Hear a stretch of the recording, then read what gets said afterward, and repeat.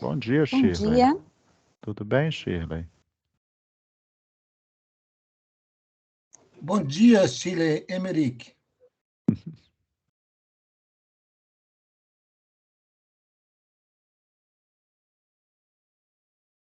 Bom, acho que podemos começar pelo horário. Professor João Carlos, por favor.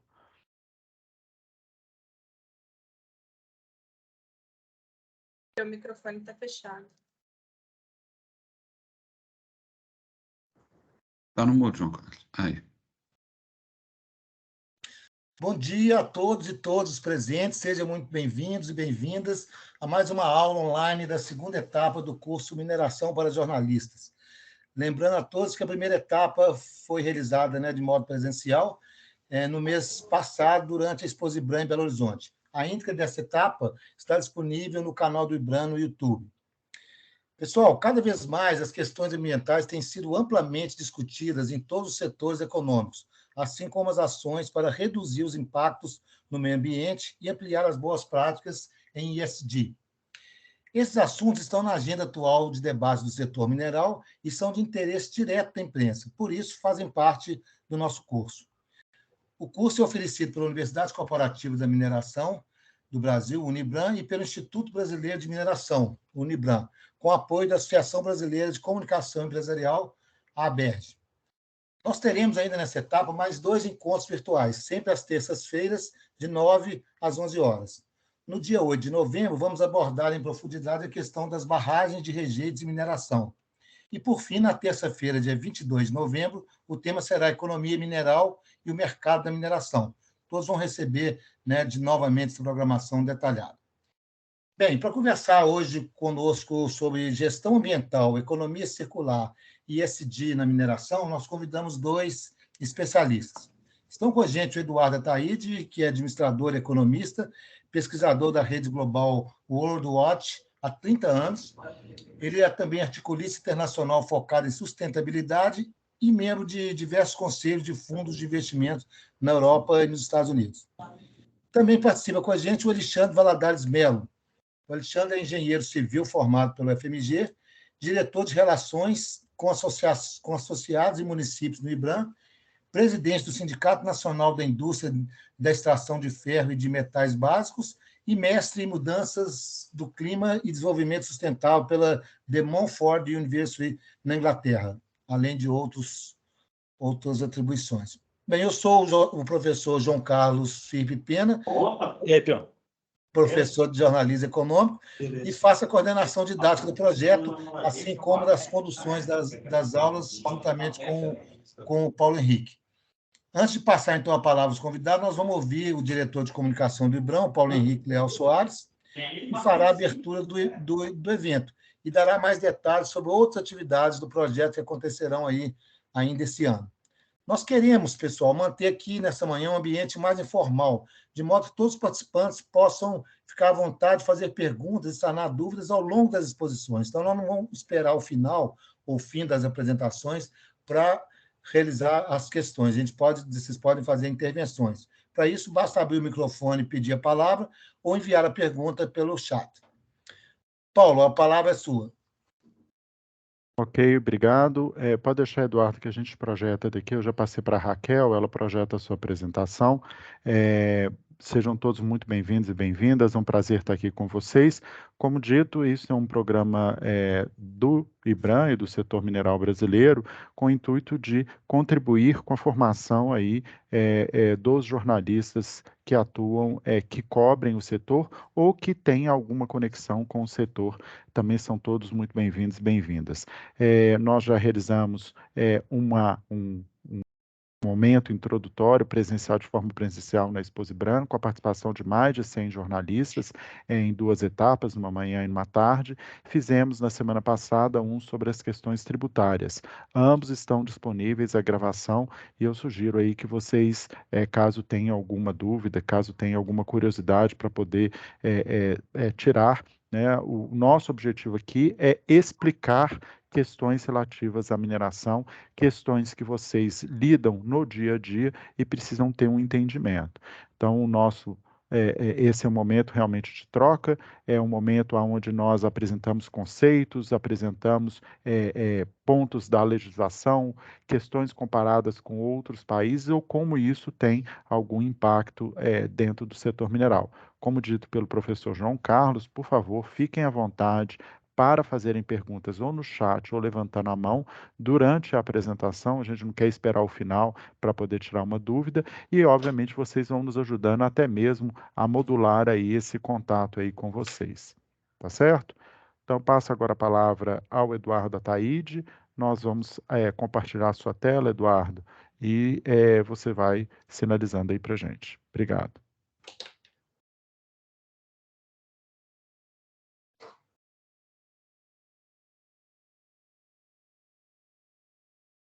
Eduardo, está no mudo. Bom dia a todos. Bom dia a todos. Eu não estou vendo minha tela ainda. Só um minutinho que vai ser projetado. Bom dia a todos. Enquanto projeta a tela, eu gostaria de agradecer o convite do IBRAM para participar dessa conversa com vocês. É muito mais uma conversa do que uma aula. Nós que estamos acostumados em pesquisas e conversas com jornalistas pelo mundo afora, e é isso que eu faço nos últimos 30 anos da minha vida como WWI, é muito importante a gente entender que as aulas se transformam cada vez mais em momentos de aprendizado para nós todos. Então, é isso que nós estamos vendo, é isso que nós estamos fazendo, e é com muita satisfação que eu participo dessa conversa com vocês hoje, e passando as nossas ideias, a visão do WWI global, e gostaria de que nós saíssemos dessa sala, dessa conversa de hoje, entendendo como que nós somos investidores ESG. É sobre esse personagem que eu quero conversar com vocês agora.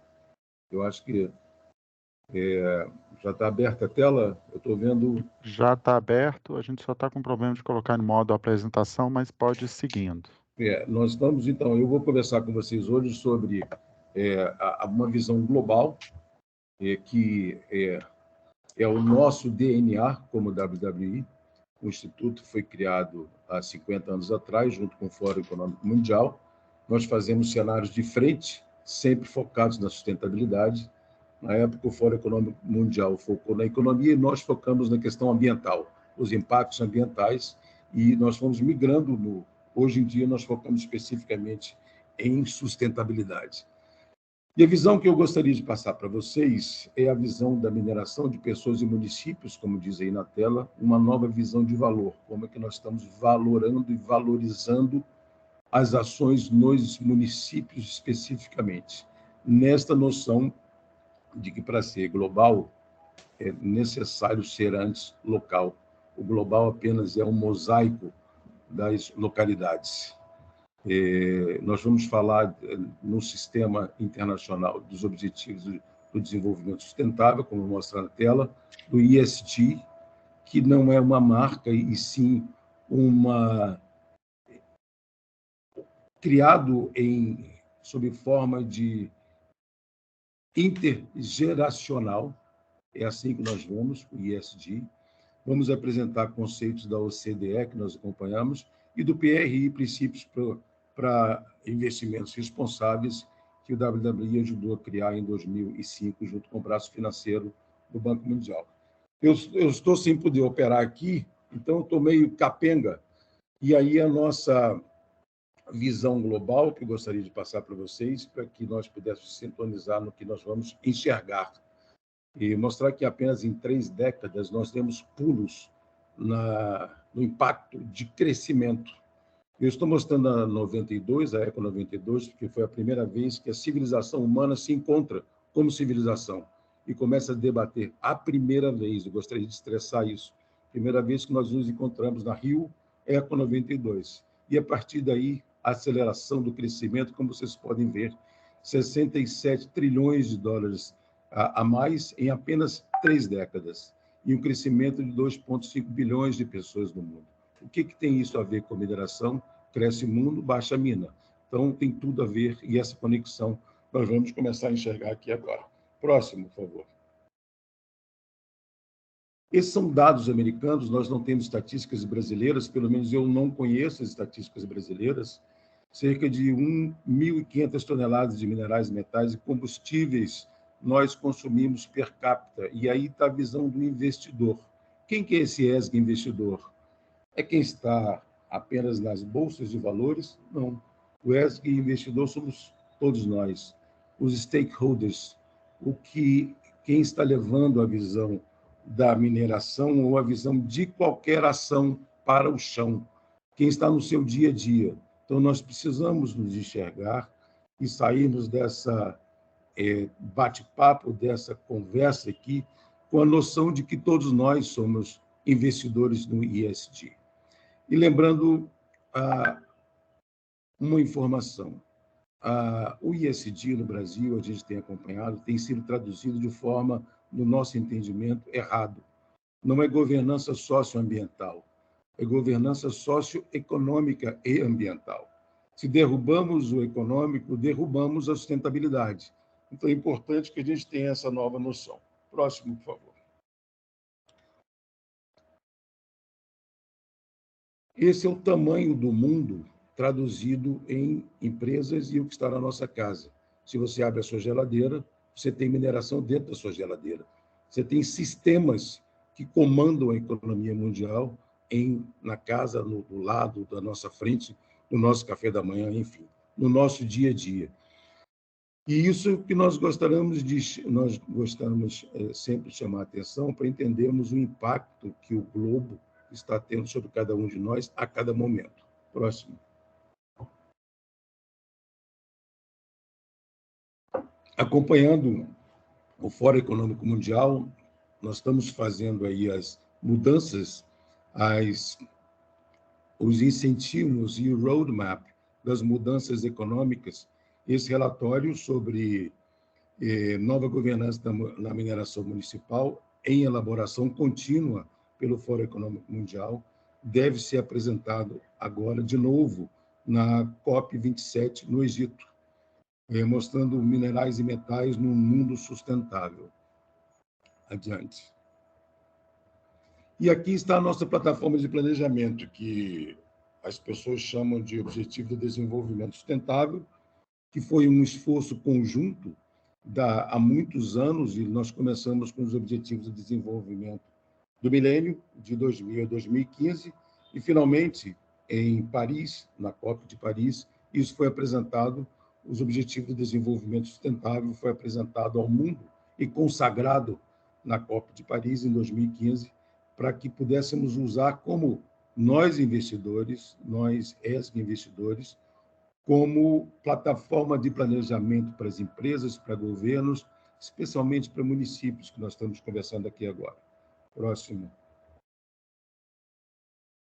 O Principles for Responsible Investments, que hoje está sediado em Genebra e Londres, e nós acompanhamos desde a sua gênese, da sua criação, em 2005, 2004, 2005, junto com o braço financeiro do Banco Mundial. Uma vez lançado naquela época, hoje ele concentra no seu conjunto de investidores mais de 100 trilhões de dólares em capitais focados na construção de uma ponte entre o risco financeiro e os resultados do mundo real. E é o principal proponente, esse é o site do PRI, vocês têm acesso, qualquer um que queira tem acesso direto lá, o proponente mundial do investimento responsável. Próximo. Esses fóruns digitais sobre ação social transformadora, que foi levado ao ar em março de 2022, ele mostra municípios os objetivos do desenvolvimento sustentável, como que o capital chega ao chão e como ele pode fazer as suas transformações nas ações locais. Eu fico sem capacidade de operar, então eu fico meio embargado aqui no pensamento e meu ritmo mudou. Mas vamos em frente. E aqui a concentração do nosso foco como ESG Investidores. Essa é a mais importante de todas as licenças hoje para qualquer setor. A licença social, ela, dentro da visão de governança socioeconômica e ambiental, é um certificado de reputação nessa era da economia digital, onde as ações estão todas nas nossas mãos. Qualquer ação que você queira fazer em qualquer local, você tem acesso via digital a essas ações, e essa licença social, que ela é dada todos os dias, tem validade online, metaversa e instantânea, e precisa ser abraçada, precisa ser entendida de forma dinâmica, porque além de todas as licenças que precisamos ter para operar, e o Alexandre vai poder entrar em detalhes, e fique à vontade, Alexandre, se você ou qualquer um queira entrar no circuito com informações específicas sobre as nossas licenças, fique à vontade para interferir e poderem apresentar as outras formas de licença. Ok, Eduardo. Mais para frente eu vou complementando aí a parte do licenciamento. Então, vamos ao fórum, ao OECD, o OECD em inglês e o OCDE em português, e o Brasil está entrando com velocidade nunca antes vista. Nós estamos buscando atender às convocações da OCDE. Esse guia o Due Diligence faz recomendações para as empresas evitarem conflitos e decisões nas práticas de compras minerais. Então, são guias que estão sendo utilizados pelo mundo inteiro, inclusive recomendada pelo PDAC no Canadá, para ajudar indústrias no fornecimento responsável, numa orientação global, com escopo aplicando as cadeias de suprimentos minerais locais. Próximo.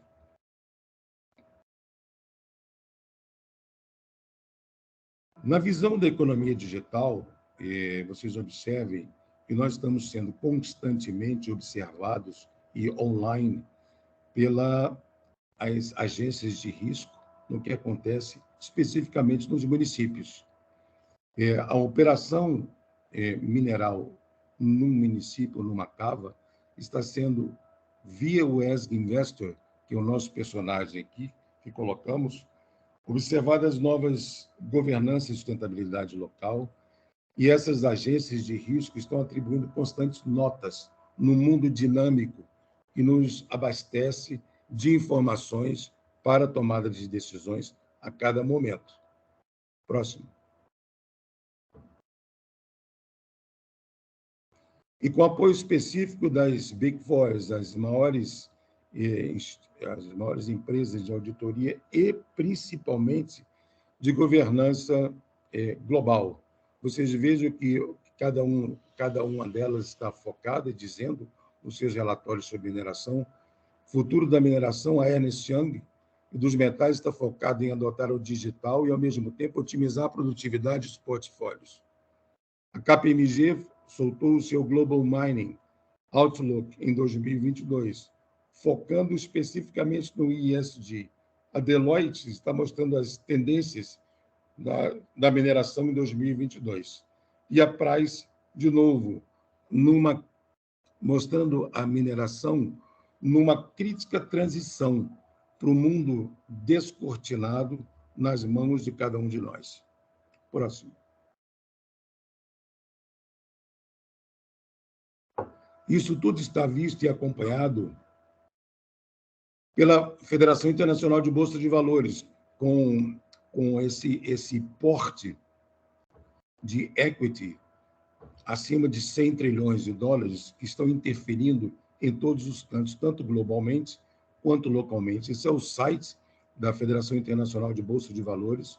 Vocês imaginem que temos quase 60 mil empresas listadas e com informações, de novo, para o investidor ESG, que troca de posição entre o investidor financeiro, nas bolsas de valores, e o investidor que está no dia a dia, na mineração, nos municípios, nas gestões de diferentes instituições em diferentes locais do mundo. Próximo. Como eu, no WWI, eu fui eleito pelos meus colegas no WWE como o mais insustentável de todos, porque eu tenho 6 filhos e tenho 5 netos. Então, a minha pegada ecológica é a maior de todos os meus amigos do WWE. Então, eu tenho que trabalhar em dobro. Isso aí é uma apresentação na Bolsa de Valores de Londres, onde eu posso ver que, como eu tenho 66 já, eu posso ver que todos os holders, os ESG investors e os atores têm idade dos meus filhos hoje. Então, essa onda geracional que está tomando conta desta nova ação global está impulsionando com velocidade sem precedentes essa nova visão de mundo, estas novas decisões que temos que tomar. Próximo. Da mesma forma, essa é a revista Core, do PDAC, que mostrou agora em março de 23 como melhorar o CAPEX, o OPEX e o ISD no fluxograma de um mundo real. Então, quando vocês veem conexões entre todas essas instituições globais, que praticamente estão falando a mesma linguagem, como se fosse uníssonas num grande movimento, nós estamos entendendo o que está acontecendo localmente nos municípios, que fazem parte desse sistema. Adiante. Da mesma forma, as bolsas de valores. As bolsas de valores, a gente tem contatos, como eu mostrei em cima, elas estão olhando as suas telas, as suas informações, mas estão olhando em pequenos municípios, que são pontos do planeta. A mineração pessoas e município, uma nova visão de valor. O que está acontecendo com o meu dinheiro, investidor, quando ele bate no município? Quando ele roda no município, como é que ele empina o I, como é que ele empina o S, que é o que mais cresce, entre todos as 3 letras do ESG, como que ele se comporta. Próximo. E essa é a nova visão. O investidor, ou seja, o investidor tanto financeiro quanto o investidor institucional, que somos nós todos aqui, nós fazemos parte da velocidade das mudanças como protagonistas. E é isso que nós estamos fazendo. É isso que nós estamos fazendo aqui, eu estou fazendo aqui, nós estamos fazendo aqui, como IBRAM, e vocês estão fazendo aqui, como eu não consigo ter a visão de quem está no ar, mas eu que imagino que vocês tenham a noção de como que esses cenários todos estão abrindo possibilidades e a visão e mostrando o que pode ser feito por todos nós a nível local, nos seus municípios, na mineração e nossa vida do dia a dia, como protagonistas. O Brasil precisa entender essa visão, essa necessidade de mudanças, principalmente quando você nota que nós somos um PIB global de 1,7 trilhão de dólares, nos movendo num globo de 95 trilhões de dólares de PIB, e que nos busca, nos quer de uma forma rápida nessa visão da economia. Próximo. Eu estava analisando o site do IBRAM e entendendo claramente que a Expo IBRAM, que acontece não sei há quantos anos, a partir dessa nova visão de globalização, ela pode vir a acontecer 29 a 31 de agosto de 2023. Mas, na verdade, ela é metaversa e municipalista, e ela está acontecendo aqui e agora. Na nova visão, e o WWE entendeu isso, e em 2018 nós deixamos de ser um instituto sediado num prédio de 8 andares em Washington e passamos a ser uma rede global. Nós passamos os nossos relatórios, que eram emitidos anualmente, o mais importante, que é o Estado do Mundo, estão todos disponíveis na internet, em inglês. Eles deixaram de ser produzidos uma vez por ano, e eles começaram a ser produzidos diariamente com informações da nossa rede global. Então, na nossa visão, o que está acontecendo com a velocidade das mudanças e que nós estamos sendo partindo para ser cada vez mais diários nas nossas informações. O que acontece que está no jornal, qualquer jornal da televisão aberta, Jornal Nacional de 8 horas da noite, nós todos já sabemos. Então, essas informações elas precisam ser trabalhadas nesse outro nível, nesse outro ritmo. Próximo. Essa visão. Então, não, volta atrás. Essa visão municipalista. Nós, cada um de vocês, nós estamos num município específico do planeta. O que acontece na nossa volta? Eu, especificamente, estou em Salvador, Bahia, em frente da capital, em frente da Baía de Todos os Santos, que nós, junto com a Marinha do Brasil, apresentamos ao mundo como capital da Amazônia Azul. Mais tarde, vocês vão ver aqui adiante a visão da Amazônia Azul e o que isso significa também para a mineração. Mais um. Próximo. Visão, de novo, os contratos todos inteligentes, feitos em blockchain, pelas bolsas de valores, são acompanhados pela inteligência artificial dos algoritmos. Isso nós estamos falando diretamente com a indústria, inovação e infraestrutura, que são os ODS. Lembrando que o ISD, como ele foi construído, ele não tem manual. E as pessoas eu tenho visto aí, acompanhado, especialistas em ISD, me preocupa muito com isso, porque como ele não tem manual, o ISD depende da criatividade de cada um de nós, principalmente de gestores. O manual do ISD são os ODS.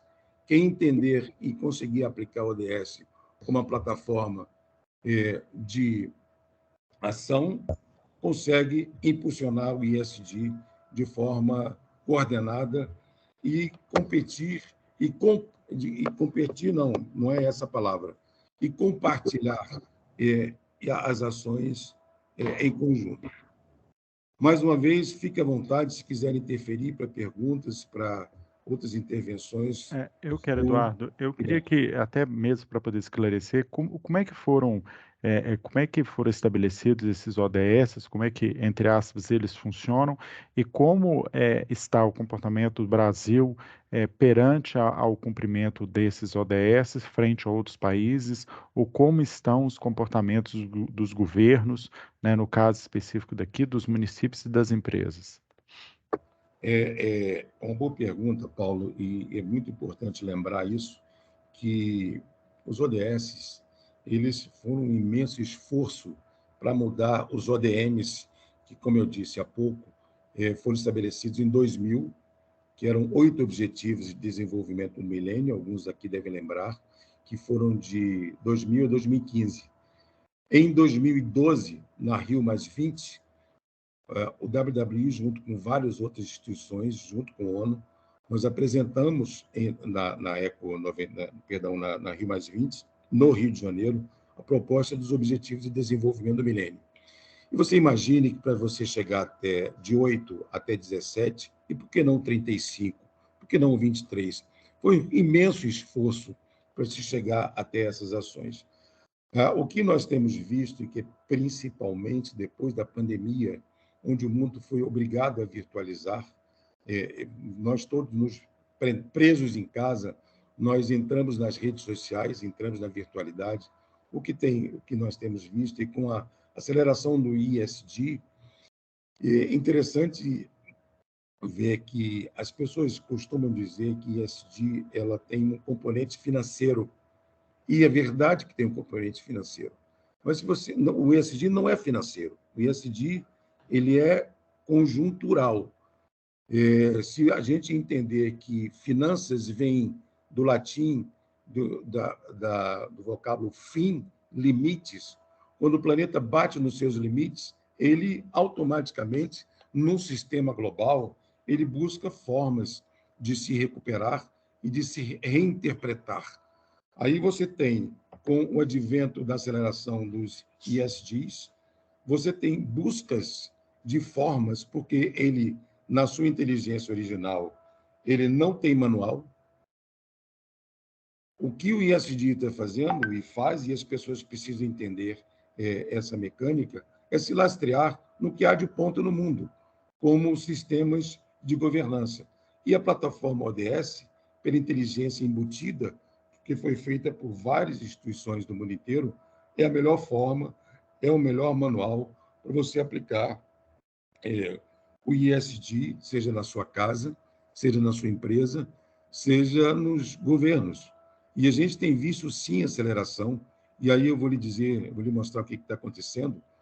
Tribunal de Contas da União, Tribunal de Contas de municípios, hoje, nós estamos acompanhando o Tribunal de Contas da União, acelerando e pedindo aos entes públicos que adotem os ODS, em articulação com a CDE, onde o Brasil está se articulando.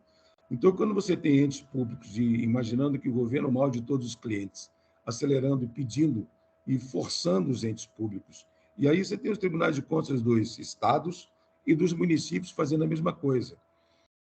Há uma aceleração para a introdução dessa nova visão da indústria, dos ODS, nos estados da União e nos municípios. Isso vai impactar a economia como um todo.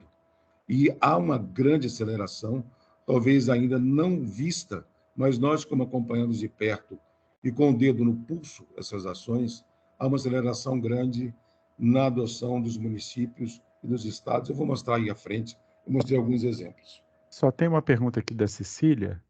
Pois não, Cecília? Bom dia, pessoal. Bom dia, Pedro. Tudo bem? O seguinte, eu queria... a gente teve uma manifestação, né, do Elon Musk e outras autoridades aí, né, questionando alguns índices de ESG, né, acho que foram certificados da Dow Jones. Acho que esse tipo de manifestação vindo de grandes líderes mundiais pode desacelerar esse processo de implantação do ESG, principalmente em países em desenvolvimento, como é o caso do Brasil. Olha, Cecília, sinceramente, eu acho que nada vai desacelerar o ISD, porque o ISD não é das grandes empresas, o ISD não é de governos, o ISD é meu e seu. Quando você entende isso, que essa governança socioeconômica e ambiental ela acontece nas nossas casas, nos nossos lares, quando você entende que a mudança global do carbono, por exemplo, ela é intimamente ligada às cadeias produtivas, quando a gente entende que o carbono na atmosfera está diretamente ligado à cadeia produtiva que coloca mais uma calça ou mais uma camisa, uma blusa no seu armário que você não usa há 2 anos e você simplesmente esqueceu dela, e que uma calça jeans usa cerca de 11 mil litros de água para ser produzida. Eu acho que dizendo isso lhe explica que o ISD nada pode segurar, porque isso vem numa onda geracional. Se eu tenho 6 filhos de idades diferentes, eu nunca fui chamado na escola dos meus filhos mais velhos para falar sobre meio ambiente, todos sabendo que papai é ambientalista. Tá? Eu sou ambientalista com visão crítica da importância de se preservar com valoração. Os meus netos hoje, eu sou convidado, porque o vovô fala de sustentabilidade para ir para a escola, para dar aula para eles. Então, está vindo uma nova geração que, se você colocar 1000 Elon Musks, não vai fazer a menor diferença. É uma teia global entre nós, nas nossas cidades, nos nossos municípios, nos nossos corações, nas nossas consciências, que está formada. Com esse nome de ESG, mas é um novo nome, é um novo, alguns chamam de modismo. Daqui a algum tempo pode vir uma outra coisa. Mas essa noção que precisamos tratar de forma diferente e gestar de forma diferente o que nós estamos fazendo, nada derruba. Essa é a minha crença. É por isso que eu estou aqui, com 66 anos, há 30 anos, com essa bandeira em pé. Eduardo, se me permite, Ataíde, complementando aí, Cecília, obrigado aí pela pergunta, fazer uma complementação, justamente no que o Eduardo colocou, a questão da mudança do clima, ela está muito atrelada ao ISD. No âmbito internacional, quando se discute entre governos o ISD, a variável carbono ela é colocada na mesa, né? Então, a gente sabe que, vocês devem ter visto, né, a Europa aí sofrendo uma grande pressão por falta, né, por consequência da guerra, né, da Ucrânia com a Rússia, ela está tendo que acionar aí a produção de energia voltada ao fóssil, né? Indo na contramão de tudo que estava sendo feito ao longo dos anos, né? Justamente porque essa variável carbono ela entra como um diferencial competitivo entre países e, obviamente, o país vai desdobrar essa competitividade para os setores empresariais e principalmente setores industriais. Então, assim, o governo, que eu entendo, ele não vai largar essa agenda do ESG mais, justamente por causa dessa variável carbono que tem pressionado e tem, né, tem direcionado aí o mercado mundial de commodities e de praticamente de tudo, né, de todas as exportações. Então, assim, eu vejo que é um conceito, né, como se diz o Ataíde, parece um modismo, mas não é, mas é um conceito que veio para ficar e com grande vínculo junto à variável carbono. Eu queria, Ataíde, fazer uma pergunta também, que é muito comum que os jornalistas costumam fazer, estudantes principalmente, que é o seguinte: como que fica? Você falou há pouco aí da chancela da OCDE, né, no setor de mineração, enfim, e ao mesmo tempo as pessoas não entendem, o Brasil não faz parte da OCDE. Existe uma pressão internacional por isso, a gente sabe que diversos governos vêm tentando essa inserção do país. Isso, na prática, a OCDE já tem essa influência no setor mineral. Como que se dá isso na prática, sabendo que tem aí essa questão governamental aí que não está resolvida ainda? Duas coisas que eu gostaria de colocar. Primeiro, João, me referi às colocações do Alexandre, muito bem-vindas, em relação ao que nós temos ouvido e nós acompanhamos de perto sobre a Europa, com a adoção do carbono, do carvão, está derrubando o ISD. Não é verdade isso. Nós estamos num novo momento de gestão geopolítica da guerra. Se introdução de carbono para salvar vidas, para aquecer pessoas no inverno é necessário, esse é o ISD da Europa. Essa é a governança neste contexto, neste momento, na Europa. Então, a gente não pode ficar congelado que ISD tem que funcionar na situação ceteris paribus, se tudo mais tem que permanecer constante. Não, o mundo está mudando. A Europa, nós estamos num contexto geoeconômico completamente diferenciado.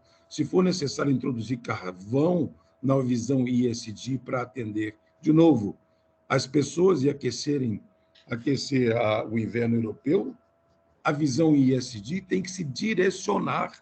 É muito importante entender isso. Nós estamos falando de vidas humanas, e nós estamos falando de momentos que serão substituídos por outros momentos. E a governança socioeconômica, e aí entra o socioeconômica com força, e ambiental, que ambiental inclui pessoas, inclui salvar vidas, inclui cuidar de pessoas, também tem que ser entendida. Com relação à OCDE, o Brasil não está na OCDE, é apenas uma questão de formalidade. Não está, mas está, no nosso entendimento. Talvez alguém não informou que nós estamos formalmente na OCDE, mas nós estamos de forma acelerada, cumprindo todas as solicitações da OCDE, entre as 268, se não me engano, já cumprimos cento e tantas, nós estamos acompanhando de perto, mas eu não me lembro mais de cabeça quantas já foram cumpridas, mas há uma tendência normal, há uma tendência natural de entrada no que nós chamamos de OCDE, mas que, na verdade, é construção de uma nova visão de mundo, uma nova visão de vida, onde nós temos que garantir preservação, com valoração dessa preservação, com novas formas de conviver, inclusive nesse novo mundo que nós estamos acompanhando, de desmaterialização. Nós estamos entrando num momento de desmaterialização e desmetropolização. Você imagina que 84% da população brasileira está concentrada. Quando você observa que do nosso tamanho de território de 8,5 milhões de quilômetros quadrados, o Brasil, as cidades ocupam apenas 0,68% do território brasileiro. Então, há um impacto demográfico que se nós não observarmos, e aí concentração de mineração, se nós não observarmos isso nos nossos estudos, nós vamos nos perdendo em visões completamente esotéricas da realidade. Perfeito. Próximo.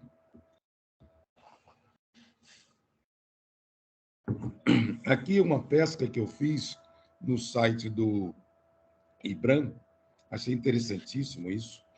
E aí, como investidor ESG, de novo, somos todos nós.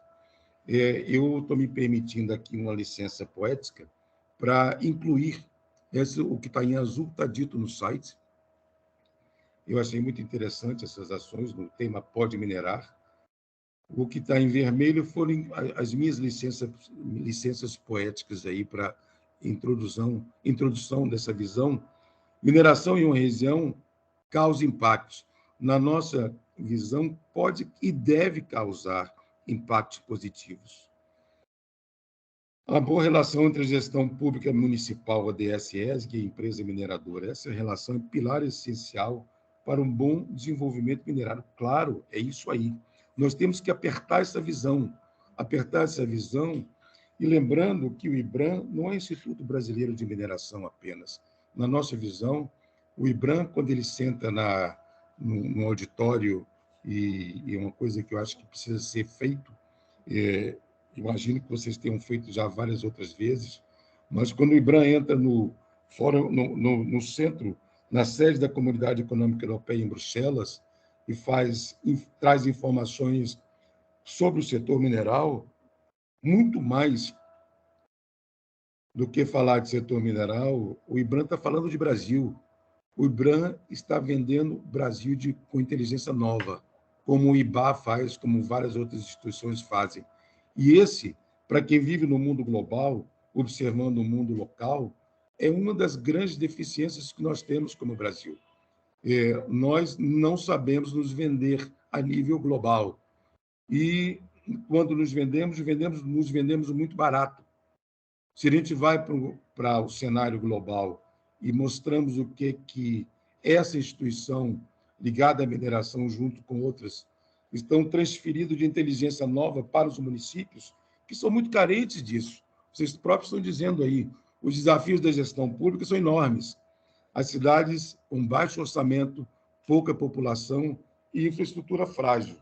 Você imagina se você liga cidades mineradoras à inteligência que já está organizada no IBRAM e que está organizada aqui, nessa live, nessa troca de ideias com vários jornalistas, colegas jornalistas. Então, esse é o mundo que nós estamos vivendo e que nós podemos extrapolar os nossos horizontes de institutos de mineração, entender que nós somos uma máquina propulsora de ODS, ESG e de levar a sustentabilidade para as bases das empresas e dos municípios. Próximo. E aqui, de novo, olha só, isso é site do IBRAM.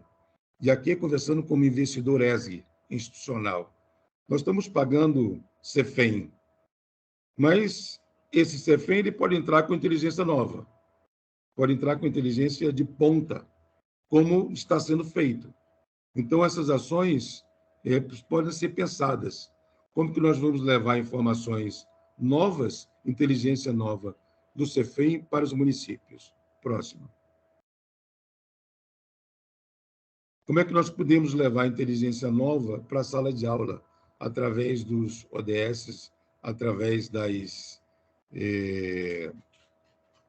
ESG, com investimentos nos municípios. Próximo. Esse investidor construindo pontes entre ODS e mineração, mais uma vez, pegando carona no site do IBRAM, que eu vejo coisas interessantíssimas, eu me detive agora para observar mais claramente. Você inovando na econometria das entregas ODS municipais pode ser de grande auxílio para esses municípios.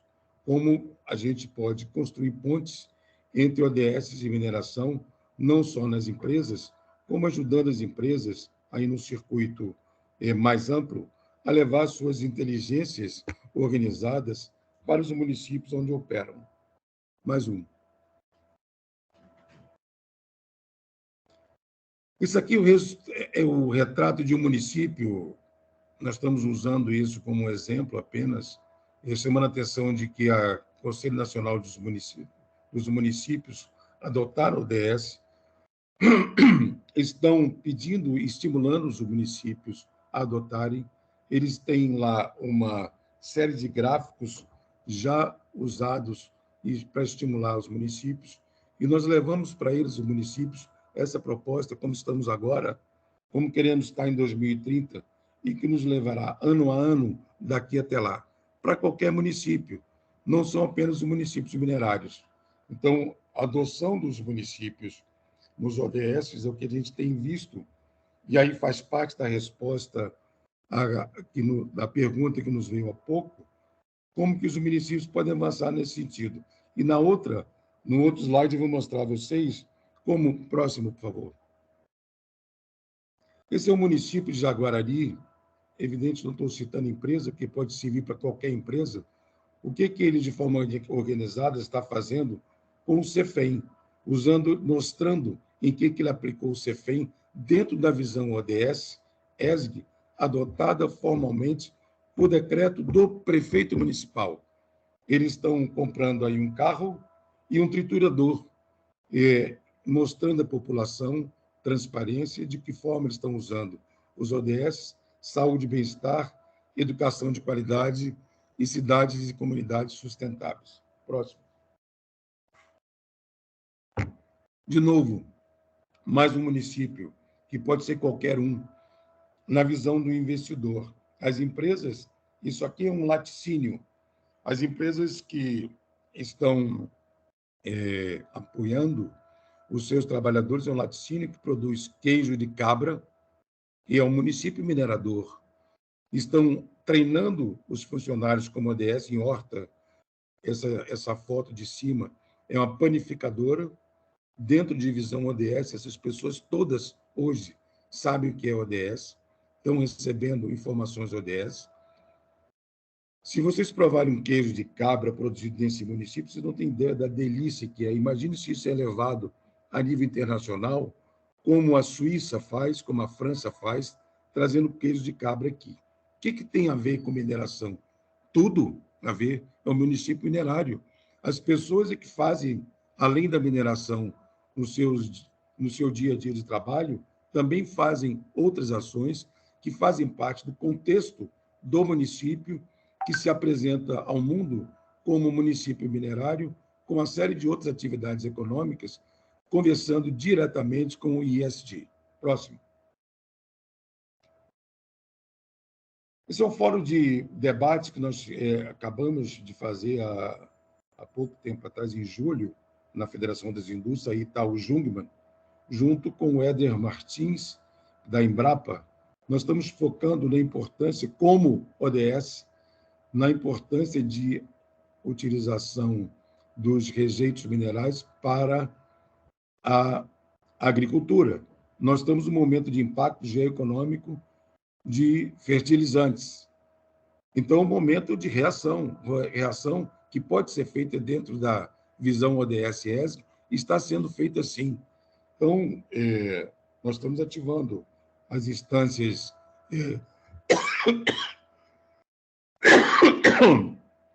conversando, fomos procurados por órgãos ambientais para entender essa dinâmica e como transformar aquilo que é ainda visto como rejeito em ativo, um ativo ambiental de alto valor, que pode estar a serviço das empresas, dos municípios e da sociedade como um todo. Próximo.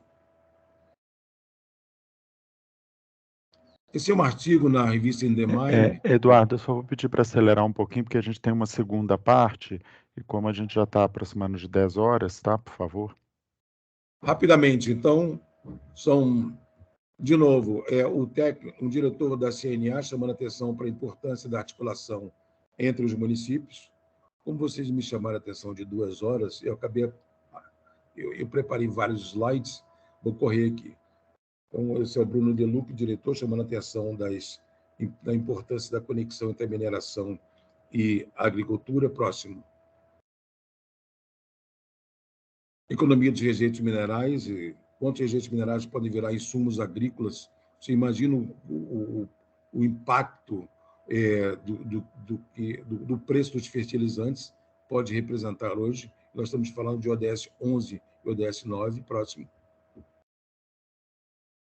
A indústria da celulose já está produzindo sulfato de potássio, é o principal nutriente do NPK. Você imagina que despesa com fertilizantes subiram de 60 para a soja e 85 para o milho, com essa nova conformação geoeconômica da guerra. O que tem a ver isso com ODS aplicado e ESG aplicado ao solo?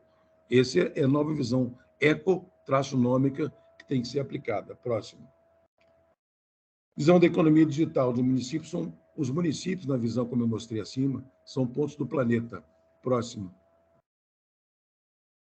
É muito importante, aqui eu fiz questão de incluir isso para frisar a importância da participação da imprensa, porque isso é um site que nós construímos junto com um jornal local, lá na Bahia, o Inovação e Sustentabilidade da Mineração, e junto com o CBPM, um canal digital.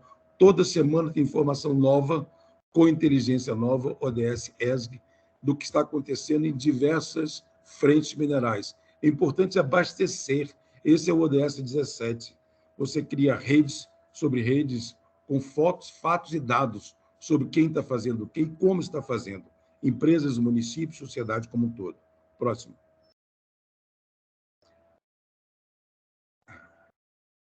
De novo, quando o ESG ela toca no chão, o capital que é investido, e o ESG foi feito com essa inteligência, do que mais cresce é o ESG. Não tem como fugir disso. Então, quando você vai... Eu entrei de novo nesse guia IBRAM, relacionamento sócio-institucional para o setor mineral. Isso tem informações aqui estratégicas que podem ser ampliadas. Quando você liga isso à visão de aceleração ESG, com licença social atrelada, que é o que está sendo feito, essa promoção cultural dos municípios, via ODS, isso é estimulado a cada dia que passa. Próximo. São dados que eu peguei também no site do IBRAM. É interessantíssimo essas declarações que podem ser feitas, foi feita por alguém, algum diretor de alguma empresa. A indústria de minério precisa se adaptar às mudanças vistas mundialmente e cumprir o seu papel, não só como transformadora de produtos, mas como parceira da sociedade e do meio ambiente, conforme diretrizes ESG. Essa é a visão específica das mineradoras. Estabelecido, dito por um dos mineradores, um dos diretores, que está com caneta na mão. Próximo. E este outro também. Essa é uma coisa que uma declaração que eu fiz questão de destacar, porque isso conversa diretamente com o ODS 17. A união faz a força. Isso é dito por ele no site, um diretor de alguma dessas empresas, reunir esforços de todas as empresas de mineração, mesmo, olha a inteligência nova que ele traz, e a gente precisa entender isso. O ESG ele não é competitivo, o ESG é cooperativo, e é claríssimo isso, está aspado. Algum diretor no site do IBRAM está dito isso. Reunir esforços, mesmo que concorrentes, para fomentar a inovação, garantir que possamos operar de forma mais segura, eficiente, com respeito às comunidades e com redução dos danos ambientais. Próximo. Já estou chegando ao fim. O ESG, de novo no site do IBRAM, práticas em circularidade. A visão da reserva legal é uma visão completamente superada.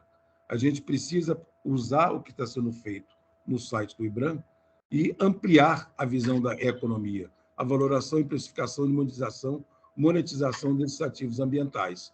Então, isso é de suma importância para que possa ser entendida a nova visão dos ODS da mineração. Próximo. Investidor dos municípios, a visão OCDE, do qual já falamos. Próximo. O GRI, que eu acho que o Alexandre vai se deter logo depois.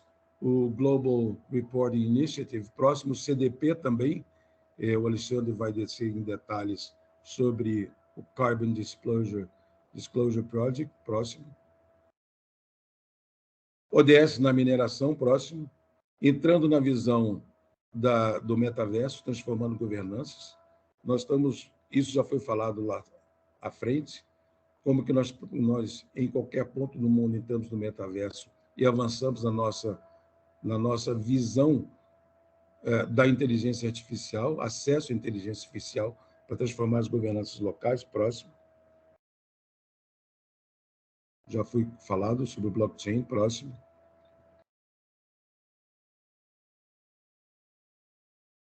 Em qualquer lugar do mundo, você entra numa mina através de um drone hoje.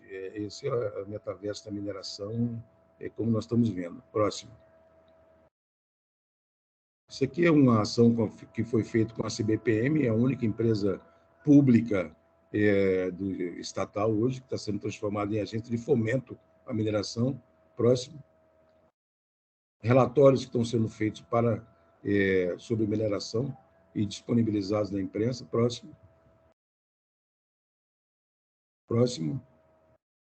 Também próximo, já foi mostrado. Empresas, de novo, dentro da visão da economia circular, como é que o mundo nos vê, como é que você está transformando vanádio em baterias e tocando o mundo numa transição para o low carbon future. Próximo. E já finalizando, nós estamos aí mostrando a importância da conexão da economia da mineração com a economia do mar, que é a economia do mar, o ODS 14, proteger a vida marinha. Nós estamos mostrando aí a ferrovia Norte-Sul, FIOL, que é utilizada por mineradoras para transportar os seus produtos. Próximo. Conectando com a Amazônia Azul, a Economia do Mar, que é um projeto da Marinha, que nós tocamos junto com a CIRME, Comissão Interministerial de Recursos do Mar, que amplia o território brasileiro em 5,7 milhões de quilômetros quadrados. Próximo. Esse é o tamanho da economia do mar, 150 mil navios, 1 bilhão 150 toneladas movimentadas em 2020, são os últimos dados que nós temos. E, finalmente, próximo. O ESG não é novidade para ninguém. O ESG é a busca de governanças novas é inerente ao espírito humano. Então, essa é a nossa mensagem, essa é a nossa proposta. Muito obrigado a vocês. Muito obrigado, Eduardo. Vamos agora com a apresentação, a sua fala, Alexandre. E eu gostaria de reforçar, caso tenham dúvidas, perguntas, por favor, é só levantar a mão e escrever aqui no chat. Obrigado, Paulo Henrique. Obrigado, Ataíde. E bom dia a todas e a todos. Eu vou passar aqui de uma forma... vou colocar minha apresentação, mas eu vou voltar um passo antes, né, do ODS e do ISD, muito bem colocado pelo Ataíde, pelo Eduardo Ataíde. Eu gostaria de uma forma didática, voltar um passo, que é falar um pouquinho sobre licenciamento ambiental, que é tão importante, né, nas nossas atividades. Vocês já estão vendo? Como é que está aqui? Está em formato de apresentação? Ok? Então, vou falar um pouquinho sobre um passo, que é o primeiro passo, né, de uma atividade industrial, e para a mineração, obviamente, nós temos que seguir aqui no Brasil. Nós temos um processo de licenciamento ambiental que foi estipulado pela Política Nacional do Meio Ambiente, né, PNMA, que já passa, que foi lançada essa política em 1981, ou seja, nós já temos mais de 40 anos com uma política um pouco atrasada, né, e existe hoje no Congresso Nacional uma proposta, né, de uma lei geral de licenciamento ambiental, onde aí existe a intenção, né, de que os processos sejam mais factíveis, né, não reduzidos, mas factíveis diante da realidade das nossas atividades, incluindo a própria mineração. Aqui, como um esboço aqui das fases que nós temos Só um instantinho, tem que sair aqui. Nós temos 7 fases, né, de um ciclo de vida de uma jazida na mineração. Primeiro, a prospecção. Isso já deve ter sido falado para vocês em outras aulas, mas é bom só para relembrar e reforçar que todas essas fases nós temos, obviamente, os cuidados, no caso que a gente está falando aqui, em relação ao meio ambiente e processos de licenciamento, né? Nós temos a prospecção, a pesquisa mineral, o planejamento da lavra, né, com todas as fases desse planejamento, o delineamento da jazida, né, onde está inserida isso no território, né, quais são os limites, né, a própria produção mineral, né, o beneficiamento dessa produção e, obviamente, após um fechamento de mina, nós entramos aí com a recuperação ambiental. E isso acontece não só no fechamento de mina, tá, pessoal? À medida que novas frentes se iniciam e outras frentes terminam o seu processo de lavra, elas imediatamente, o setor mineral, né, as empresas têm atuado aí na recuperação ambiental, seja de taludes, seja da própria cava, né, e outras áreas que fazem parte da atividade mineral. Como eu disse, né, a nossa legislação ambiental em relação ao licenciamento, nós temos, né, que foi estipulado em 81 na Política Nacional, as 3 licenças básicas, né, a licença prévia, LP, a licença de instalação, LI, e a licença de operação, LO. Existem outras licenças, como está colocado aqui, a licença de operação provisória, uma LOP, para atividades de pesquisa mineral, tá? E aí, a parte de sondagem, nós precisamos aqui no setor de solicitar essa licença de operação provisória.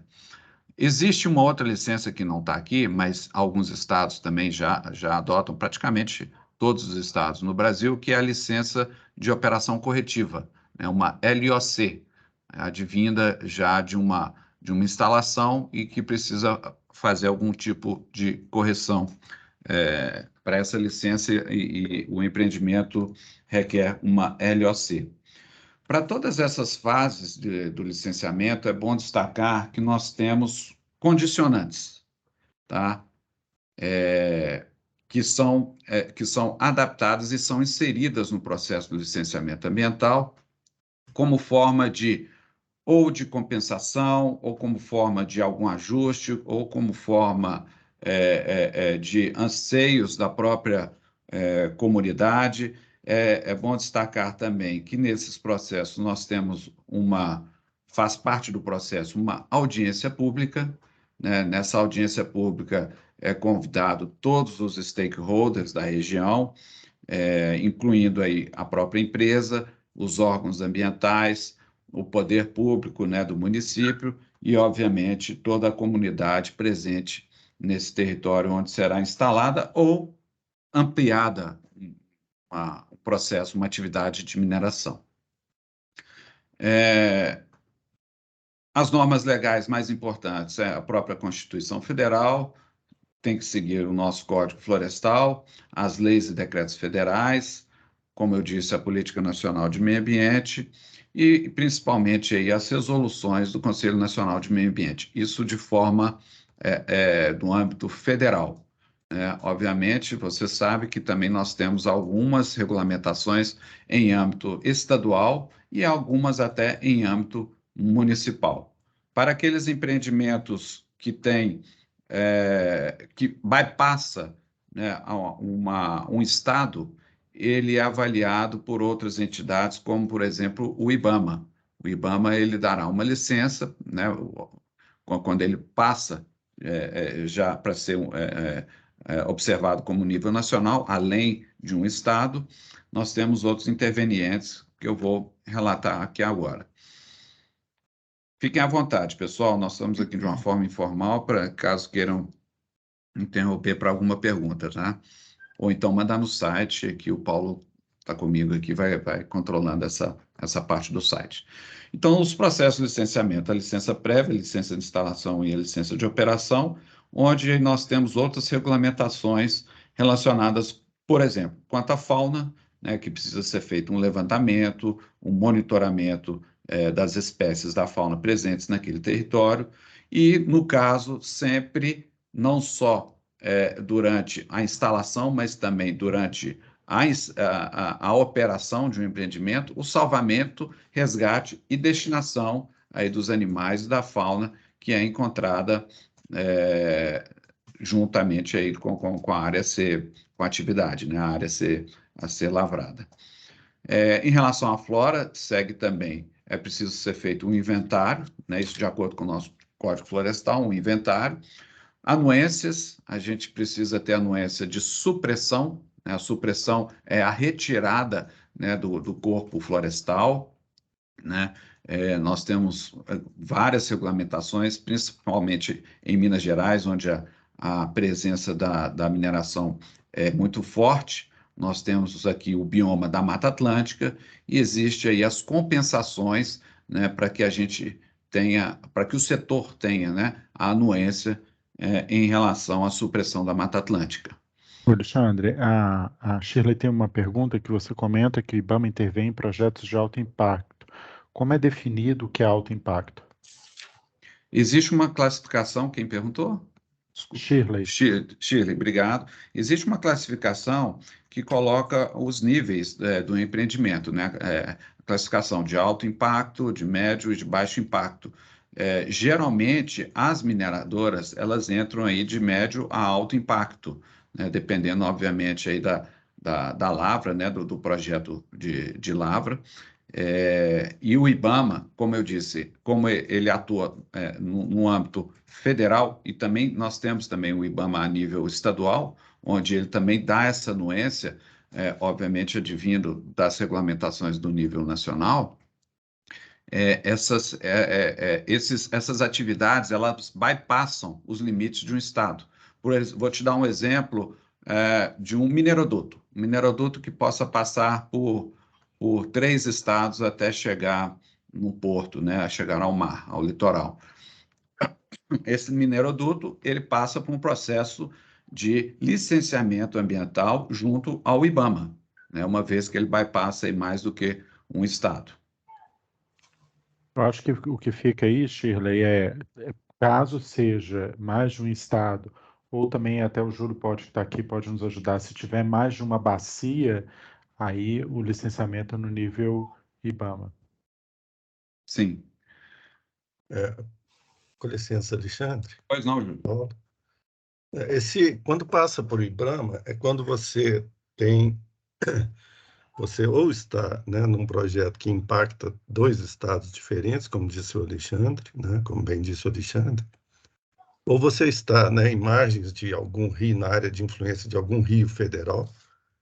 Rios federais são aqueles que também passam de um estado para o outro, né, como, por exemplo, o Rio São Francisco aqui, o Rio Doce, o Rio Jari, então também pode ser que passe para o IBAMA, aí depende também que o IBAMA pode também colocar esse licenciamento sendo feito pelo Estado, né? Importante dizer também que quando você está numa área de influência de alguma unidade de conservação, você vai ter que ouvir também esses órgãos, né, que estão colocados aí do lado, como o ICMBio, se ela é federal, ou o órgão estadual, no caso de Minas Gerais é o IEF, mas cada estado tem o seu, né, quando você tem as unidades de conservação estadual. Obrigado. Obrigado, Júlio. Retornando aqui, então, quanto à supressão, né, é solicitada uma autorização para supressão, num termo de compromisso para verbação da reserva legal. Entrando aqui no âmbito das cavidades, existe uma regulamentação nacional sobre cavidades, né, onde é feito aí o estudo espeleológico e o cadastro no CANI, né, que a gente onde é feito esse cadastro de todas as cavidades presentes no território nacional, e aí grande parte do nosso setor de mineração passa pela questão das cavidades, né? Várias cavidades presentes aí nas nossas lavras, onde eles precisam fazer aí o processo, né, ou de supressão, de cadastro do estudo, ou de supressão ou até mesmo quando não pode ser suprimida, quando ela é de alta relevância, máxima relevância, essa cavidade ela precisa ser preservada. Pois não. Tem uma pergunta aqui do Wilson. No caso das cavidades, parece que foi suspenso o decreto do atual governo que autoriza explorações de caverna que favorecia mineradoras. Isso procede? Júlio também, se você quiser. Júlio? Bom dia, bom dia. Houve uma suspensão de alguns artigos do decreto, principalmente relacionada com a supressão das cavidades de máxima relevância. É importante dizer que, quando você fala em supressão de cavidades, todas as atividades econômicas são obrigadas a classificar a cavidade se ela tem uma máxima relevância, alta, média ou baixa, né? E cada uma dessas vai exigir um rito diferente. No decreto original, as de máxima relevância não poderiam ser suprimidas. No decreto atual, que foi suspenso pelo STF, né, essas de máxima relevância foi suspenso, então, a possibilidade de serem suprimidas, né? Isso é algo que afeta todos os setores da economia, como, por exemplo, construção de barragens, construção de estradas, né, qualquer tipo de infraestrutura, e está em apreciação no Supremo, né, essa questão, né, foi suspenso e precisa haver uma decisão definitiva, né? A mineração tem trabalhado todo esse tempo com a possibilidade de supressão somente das cavidades até a alta relevância, né, que aí, no caso de alta relevância, exige a compensação, né, com duas cavidades de igual, claro que não é igual, mas de importância similar àquela, né, e também uma quantia em dinheiro que tem que ser paga ao ICMBio para conservação aí das unidades de conservação nacionais. Então, existe sim essa suspensão que foi feita pelo STF, mas não foi só para a mineração, foi para qualquer tipo de atividade econômica que demande a supressão de cavidades. Obrigado.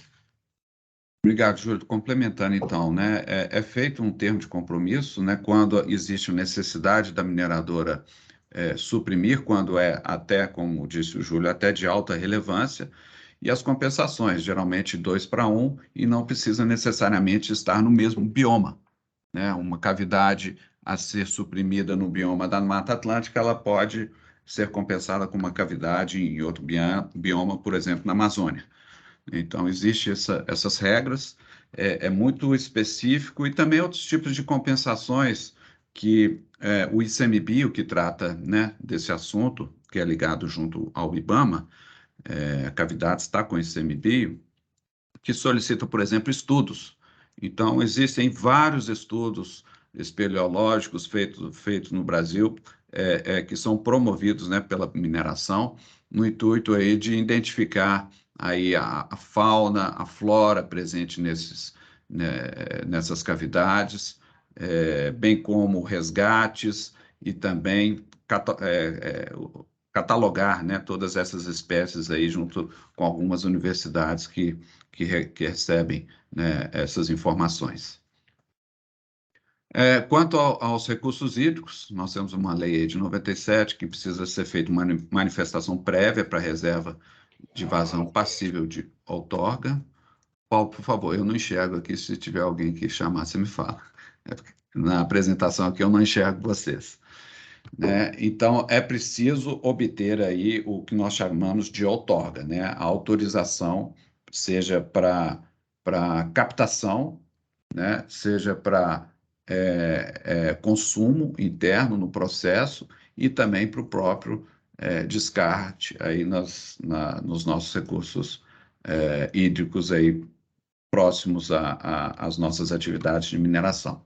E os órgãos intervenientes aí à direita, aí cito alguns, né, as próprias, dentro dos municípios, as secretarias de meio ambiente, alguns municípios já têm alguns convênios junto ao Estado, que possam avaliar os licenciamentos ambientais quando é uma atividade de menor impacto, como, por exemplo, alguns setores de agregados, né, que o impacto é mais baixo, pode ser feita aí o processo de licenciamento ambiental nos municípios. como já falamos aqui do IBAMA, o ICMBio, o IFAM, muito importante o IFAM, junto aí à questão dos patrimônios, né, naturais, quando é encontrado algum tipo de vestígio arqueológico, é necessário também, tem toda uma regulamentação e um procedimento para que isso seja recuperado e colocado em algum museu, resgatado, e que também vai para alguma universidade brasileira.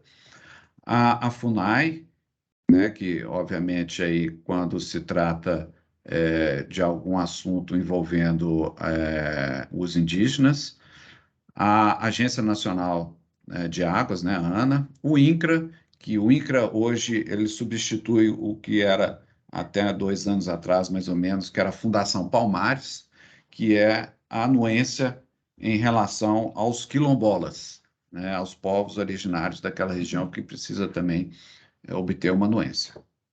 E as unidades de conservação, obviamente, aquelas que estão dentro, próximas, né, aos limites do empreendimento, é preciso ter a anuência. A própria Agência Nacional de Mineração, obviamente, o órgão aí superior que nos dá aí o direito de lavra, né, e as autorizações, e alguns sindicatos que também precisam obter algum tipo de anuência. Eu vou entrar aqui, antes de entrar aqui sobre as certificações ambientais, eu gostaria de ir fazendo um link do que o Eduardo Ataíde já apresentou, né? Ele falou aí sobre a licença social. O que o Eduardo colocou são ações sobre ODS e principalmente ISD, são ações voluntárias, né? É bom frisar isso. Faz quem quer, não existe nenhuma pressão legal para que as empresas adotem ESG, para que governos adotem ESG, mas, obviamente, existe uma pressão que ela está implícita, que é a pressão da sociedade, que é a pressão de mercado, né? A empresa ela só pode, às vezes, conseguir vender o seu produto no âmbito internacional, se ela tenha práticas do ISD, né? E eu entraria aqui com a questão da licença social. A licença social ela não existe nenhum tipo de regulamentação para que essa licença possa ser adquirida pelos empreendimentos, né? E não é igual o nosso licenciamento ambiental, que existe toda uma regulamentação já consolidada, e como eu falei aqui para vocês. Então, essa licença social ela é hoje muito importante, sem regulamentação oficial, mas a gente sabe que é um ponto muito importante do nosso processo. Dentro do processo de licenciamento ambiental, como eu disse, nós temos as audiências públicas, e ali é o que a gente coloca que seria, entre aspas, a nossa licença social. Tá? Então, é bom frisar isso, porque cada vez mais tem crescido, né, as questões sociais, os empreendimentos, então é uma licença, entre aspas, que todos os empreendimentos industriais, não só a mineração, têm que prestar atenção e cuidar aí dentro de um processo de governança que está dentro do ISD, cuidar para que a gente tenha a melhor transparência, né, e para obtenção, né, não para obtenção, mas para aprovação da entrada daquele empreendimento naquele território, né? E gostaria de frisar também, como nós temos o tripé de sustentabilidade, que é o ambiental, o social e o econômico, muito bem colocado pelo Ataíde, o pilar econômico, ele é muito importante. Geralmente, quando se fala em sustentabilidade, pessoal, as pessoas, na mesma hora, a sociedade, na mesma hora, ela vê questões ambientais.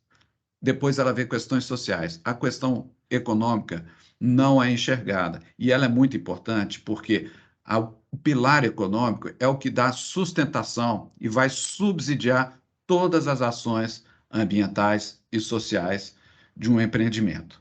Então, assim, não é ruim falar que o empreendimento vai gerar lucro, porque esse lucro ele é dividido, obviamente, com seus investidores, mas também para subsidiar todo o apoio necessário para as questões ambientais e sociais em um território. E eu faço uma analogia desse tripé da sustentabilidade com o tripé da sustentabilidade mineral, de uma atividade mineral em um território, onde nós temos que ter os pilares: poder público, prefeitura, comunidade e as empresas conversando, se engajadas e conversando na mesma direção, né? Eu coloco aqui o pilar econômico, são as empresas, né, desse tripé de sustentabilidade. O pilar ambiental e social está dentro aí do poder público e também da própria comunidade. Isso faz com que um projeto, né, um novo empreendimento em um território, eles tenham aí a sua sustentabilidade, a sua transparência, entrando aí nas questões da governança do ISD, né? Eu queria, então, mencionar agora a questão da gestão ambiental. A gestão ambiental ela é muito importante, não só para as empresas, mas também para os municípios, quando a gente está falando, né? O Ataíde colocou muito que existem as iniciativas globais, mas as coisas acontecem no nível local. Então, é no nível local que tem que haver essa sustentabilidade, essa gestão ambiental, juntamente com as empresas, internamente, com seus processos, obviamente. Aí eu vou falar um pouquinho aí dos processos, né, e das certificações que envolvem as empresas, mas eu queria bypassar os limites da empresa, né? Essa gestão ambiental, ela também tem que acontecer nos municípios, seja com apoio das empresas e também fortemente aí junto com os próprios, com o poder público, né? A prefeitura, suas secretarias e o poder público em geral. Aqui, falando um pouco, então, sobre a certificação ambiental. Imagino que todos vocês conhecem, né? Existe uma série gigante das normas da ISO 14000, né? E a norma carro-chefe é a norma de gestão ambiental ISO 14001. Praticamente, nós já tivemos um boom muito grande quando essa norma foi lançada, em 1996. Né? Nos 10 primeiros anos, nós tivemos aí vários empreendimentos adotando essa norma em específico. Essa norma em específico, onde ela trata da gestão ambiental. Conceitos, procedimentos, tudo que envolve, dentro do que nós falamos aqui, daquelas fases do licenciamento ambiental, a gestão ambiental ela está presente para fazer gestão de resíduos, gestão de recursos hídricos, né, a gestão como um todo, né, do empreendimento, ela é muito necessária. Temos outras normas da série 14.000, eu não vou entrar em detalhe aqui, mas também trata das auditorias, das acreditações de certificadoras, né? Nós temos várias certificadoras internacionais e também presentes no Brasil que avaliam o sistema de gestão ambiental de uma empresa e aprova essa certificação ambiental. Nós temos dentro do setor mineral, basicamente todas as grandes empresas mineradoras do Brasil possuem a ISO 14001. Né? Médias e grandes empresas possuem essa certificação. Por que essa certificação? Voltando aqui com o que eu falei, ela é voluntária. Né? Tudo que eu vou falar aqui agora é voluntário. Licenciamento é um requisito legal, é preciso ser cumprido. Agora, entrando na certificação ambiental, são ações voluntárias, como assim falado pelo ISD que o Eduardo falou. Por que ela é necessária? Isso vai fomentar negócios. Gestão ambiental, obviamente, você tem um caráter de proteção ambiental e de uma gestão daqueles resíduos ou dos seus processos que são gerados, das emissões que são geradas do seu processo, para que você tenha o mínimo impacto possível naquele empreendimento, naquele território. Então, é preciso ter uma gestão ambiental que hoje ela é avaliada muito por investidores internacionais e pelo próprio mercado internacional. Empresas do Japão só vão comprar produtos brasileiros se as empresas tiverem a ISO 14001. É um exemplo que eu estou dando. Né? Ela não entra como uma regulamentação legal, mas ela entra como referência de mercado entra como referência de algumas regulamentações oficiais, legais brasileiras, né, onde é colocado, olha, existe uma recomendação que a empresa tenha a certificação ISO 14001. Então, ela entra nesse aspecto comercial. Existe também o que a gente chama aí do GRI, que é o Global Reporting Initiative, né? Isso aí entre empresas, governos e outras organizações a atender e comunicar seus impactos em questões como mudanças climáticas, direitos humanos e corrupção.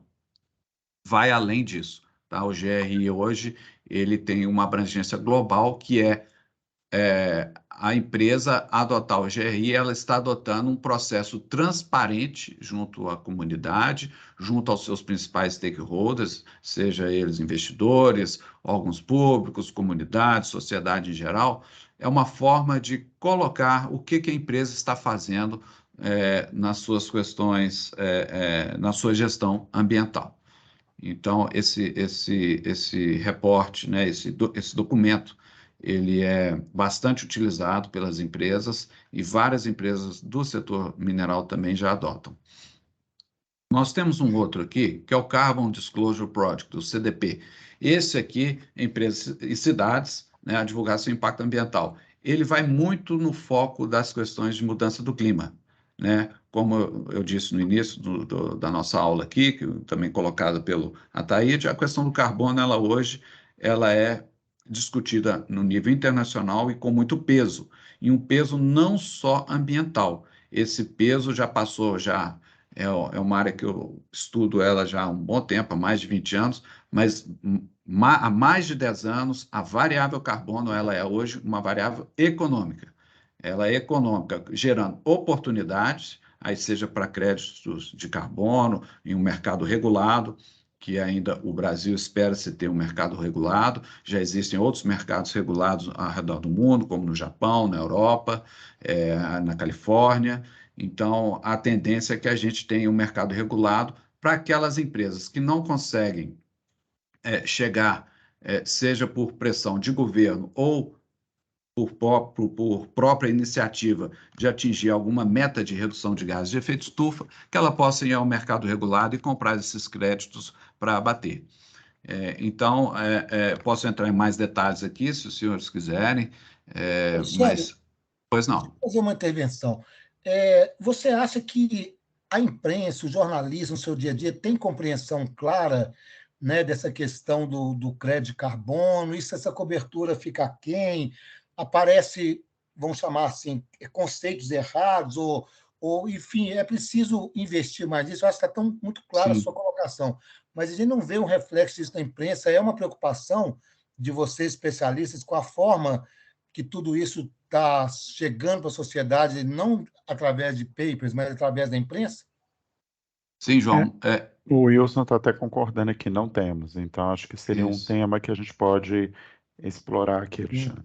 Sim, realmente não tem, concordando aí com o Wilson, né, e João, nós não temos essa... são conceitos muito, muito novos, né? A sociedade como um todo, a partir da COP... nós tivemos uma ratificação de Kyoto, eu já acompanho as COPs, né, que é a Conferência das Partes de Clima, já há muitos anos, desde 2002. Então, assim, o protocolo de Kyoto nem estava ratificado. Uma vez que ele foi ratificado em 2004, a sociedade mundial começou a prestar atenção. Olha, essa é uma agenda ambiental, né? Reduzir gases de efeito estufa é uma agenda ambiental, mas depois viu que existe um grande mercado por trás disso. Aí sim, são conceitos novos que vêm aí desde 2010, 2015 para cá, depois que nós tivemos a COP de Copenhague, que foi um grande marco, depois o Acordo de Paris e a última que foi em Glasgow no ano passado, que também ainda tem muita discussão nova chegando. Então, assim, é necessário, sim, ter um conhecimento maior para que passe a informação correta, né, para a sociedade. Não sei se é o caso da gente entrar muito em detalhe aqui, talvez, Paulo, aí sugeria aí depois uma aula específica sobre a questão de mudança do clima, né?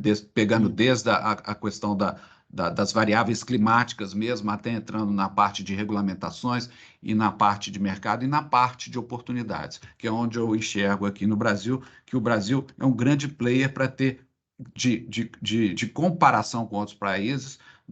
Nós temos aí vantagens competitivas em relação a vantagens comparativas. É onde a gente coloca aí nossas oportunidades, né, para geração de crédito de carbono e também para gestão interna nas empresas, né? Ela não vem só como oportunidade de ganhar dinheiro, mas também vem como oportunidade de evitar custos desnecessários, redução, né, das suas emissões e por aí vai nesse sentido.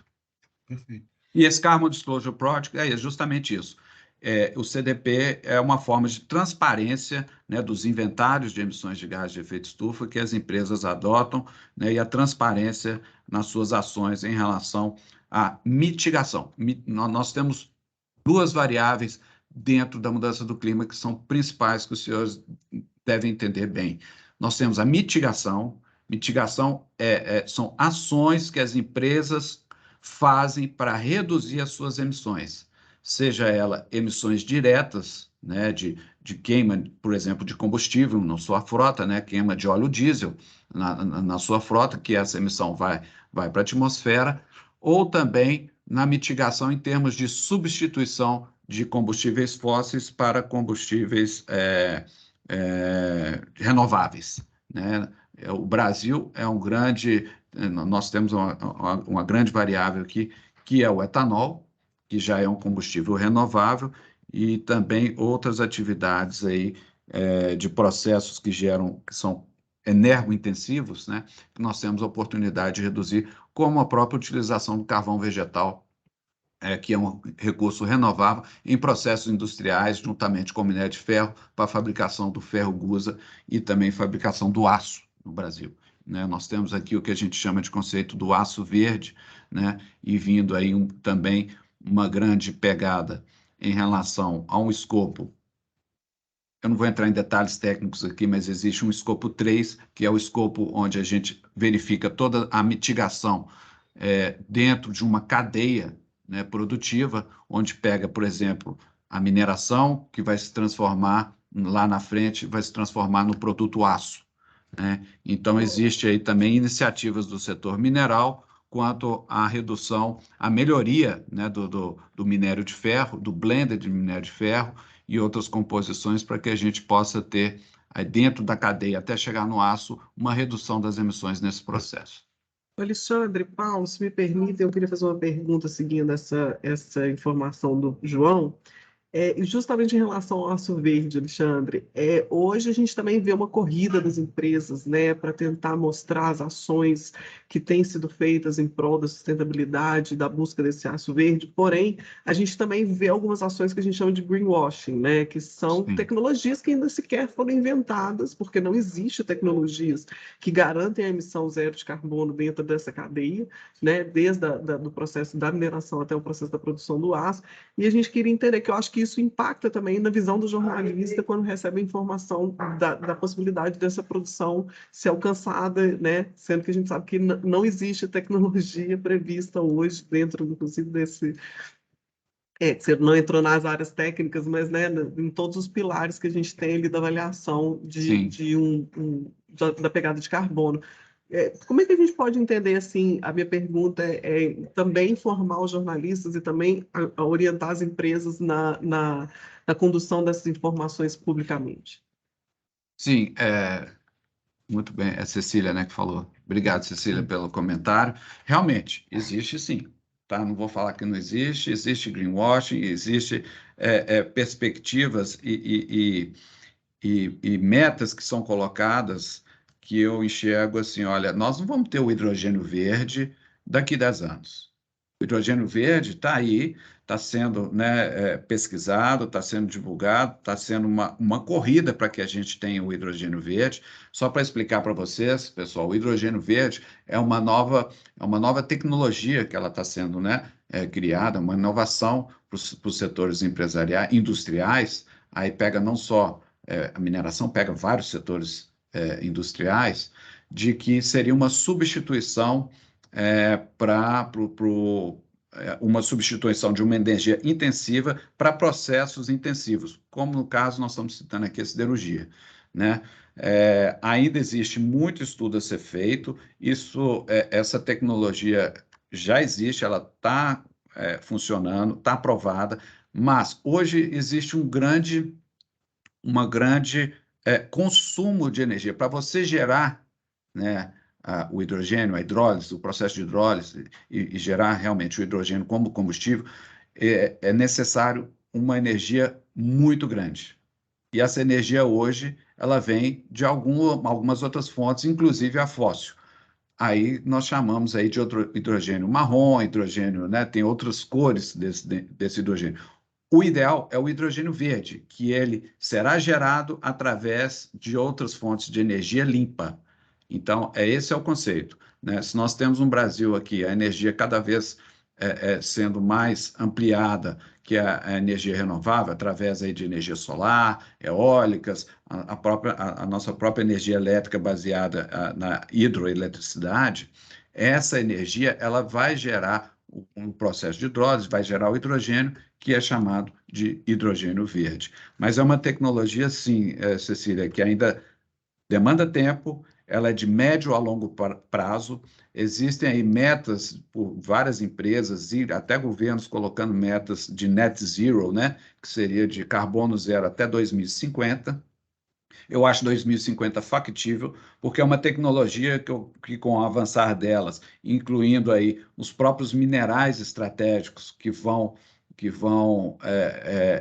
proporcionar que a gente tenha produtos, baterias mais eficientes. Nós estamos falando do lítio, no vanádio, né? Nós estamos falando de minerais estratégicos que vão contribuir não só aqui no Brasil, mas no mundo inteiro, a termos produtos com a melhor qualidade em relação à redução de emissões. Então, a mineração ela entra muito nesse campo também de apoio, né, para essas novas tecnologias.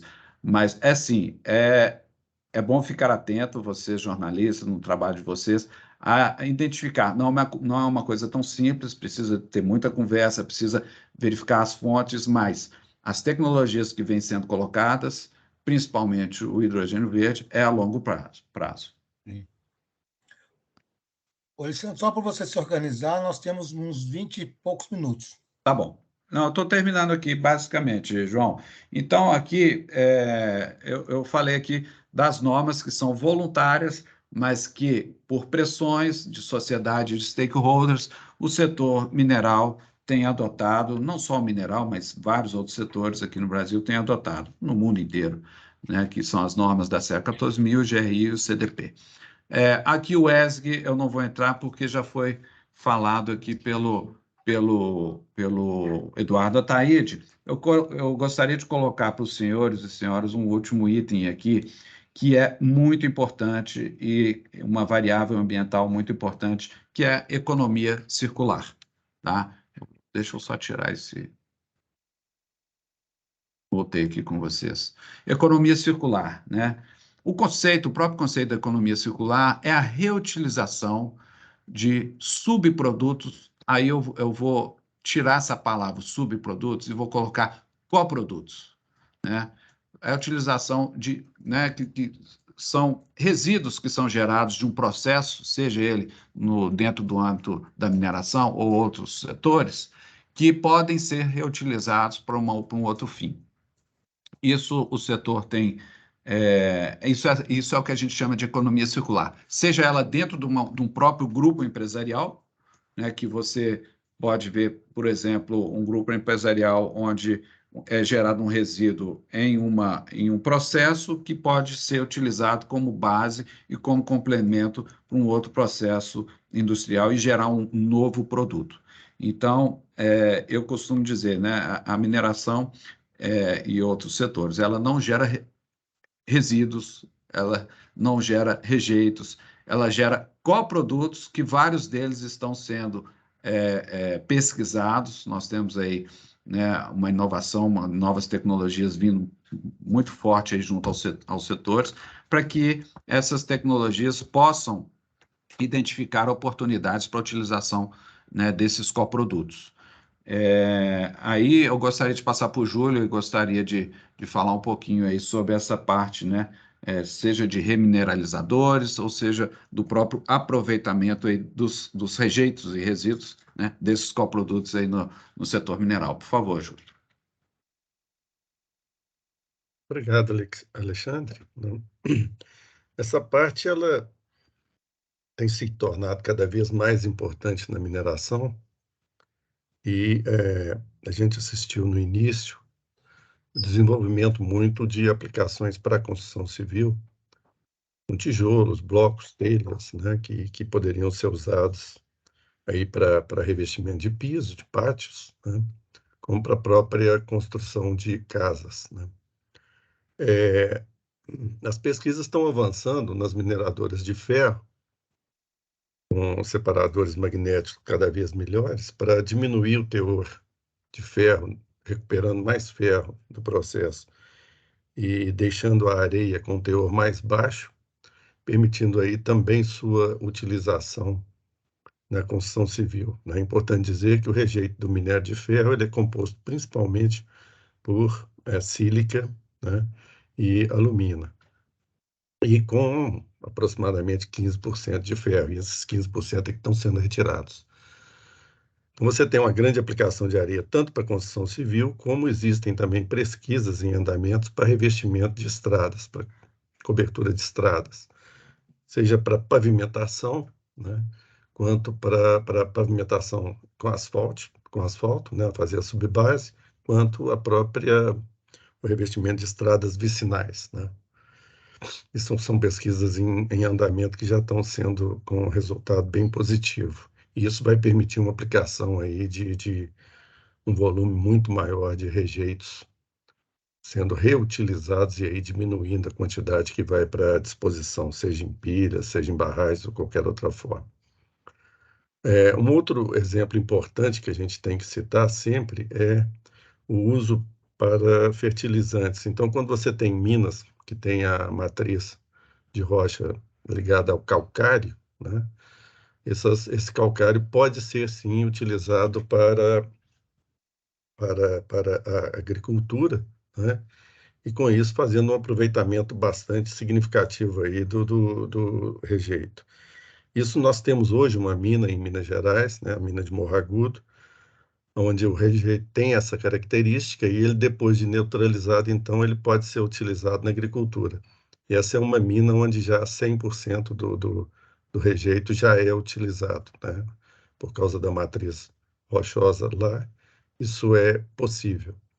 Então, nós temos essas linhas todas, né? Além da própria linha, vocês veem hoje projetos já para aproveitamento de rejeitos de pegmatito no norte de Minas Gerais, né, no Vale do Jequitinhonha, onde isso foi para tirar mica ou pedras preciosas no passado, mas hoje estão à busca do minério de lítio, né, do espodumênio, para permitir a produção de lítio. E aí é onde o Alexandre diz que você pode transformar, então, os rejeitos em coprodutos, que você está aproveitando rejeitos antigos de Minas para a produção de um novo produto, né? A economia hoje exige o lítio e por isso vem esses projetos de aproveitamento. Então, são diversas linhas de pesquisas que estão em andamento, né, importantes. O uso cada vez maior, né, da filtragem, né, do desaguamento de rejeitos, ele propicia também o desenvolvimento destas opções, né? Porque o rejeito vai para a pilha e de lá ele pode ser reaproveitado de uma maneira mais fácil, né? Então, se busca também uma nova destinação para esse material. Então, são pesquisas em andamento importantes que estão sendo feitas, né, e que merecem ser divulgadas, né? Nós temos um livro verde que está no site do IBRAM, na parte de publicações, onde vocês têm diversos casos de reaproveitamento desses rejeitos e resíduos. E aí depois o Paulo pode passar para vocês o link. Muito obrigado. Obrigado, Júlio. Luiz Carlos, levantou a mão, por favor.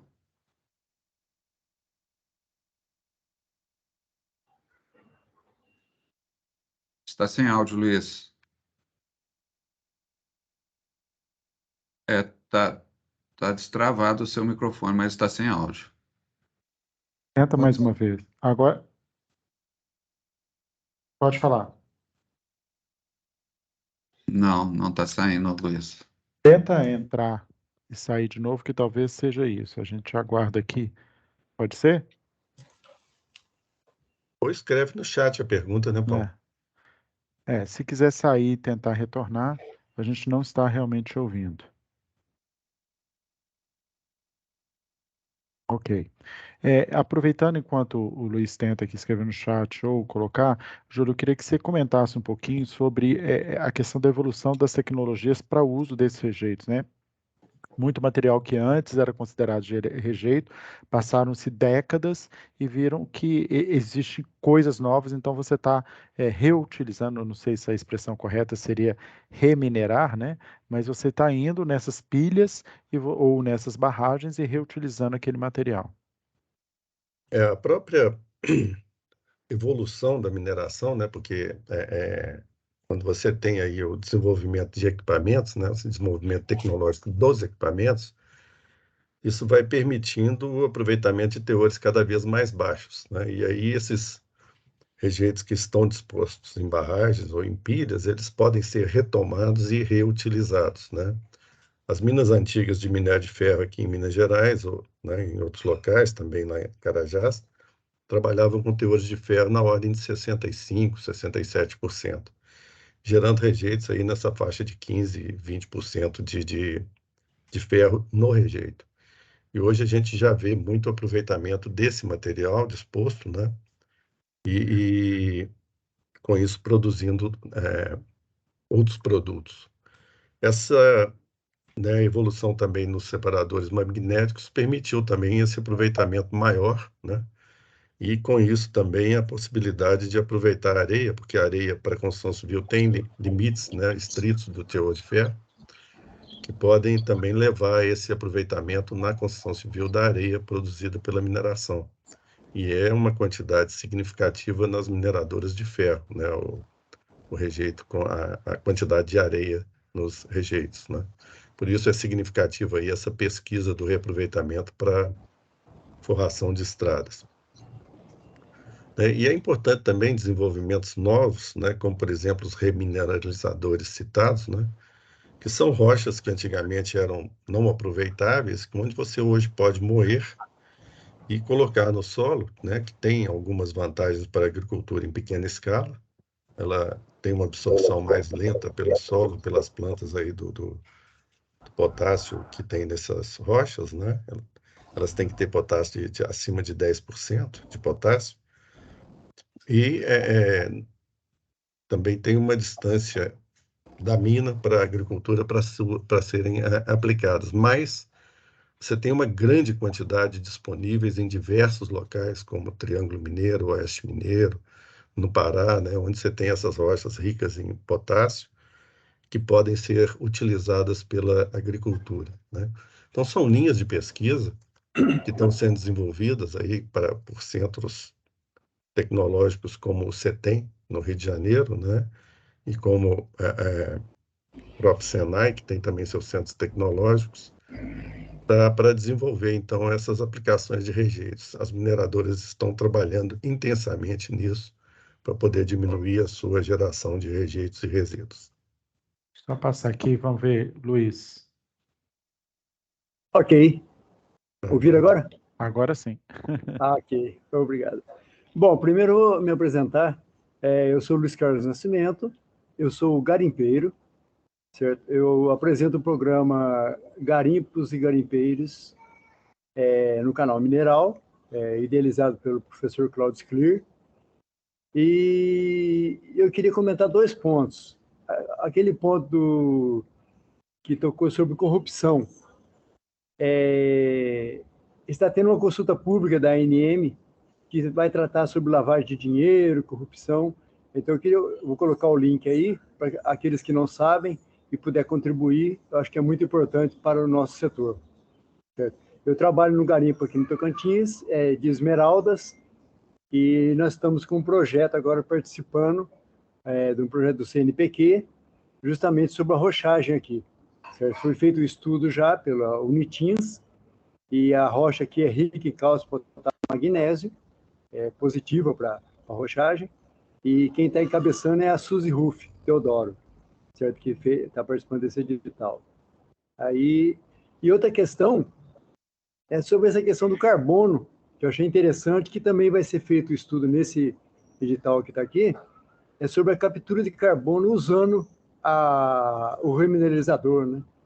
E achei que é muito interessante isso, vocês tocaram no assunto do carbono, e isso é uma novidade que, conforme a Suzy colocou para nós nas nossas reuniões, né? Isso pode dar uma reviravolta nessa questão, porque os campos de soja, por exemplo, aqui no Tocantins tem muita soja, né?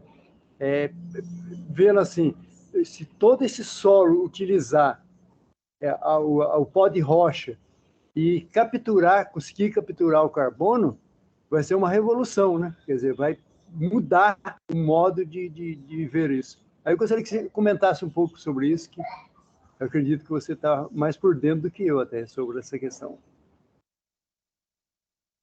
Perfeito, Luiz. Muito boa pergunta. Eu só queria também fazer um comentário bem rápido sobre a questão que foi falada, né, que o Júlio comentou que nós temos aí outras oportunidades, né, de coprocessamento, de coprodutos, né, dentro do nosso setor, porque geralmente é falado assim, a mineração só dá uma safra. Isso já não é tão verdade, né? A gente já consegue ter 2, 3 safras, dependendo aí nas plantas, né, de concentradores, que a gente consiga aí minerar novamente aí pilhas de estéreo e obter aí também novos produtos.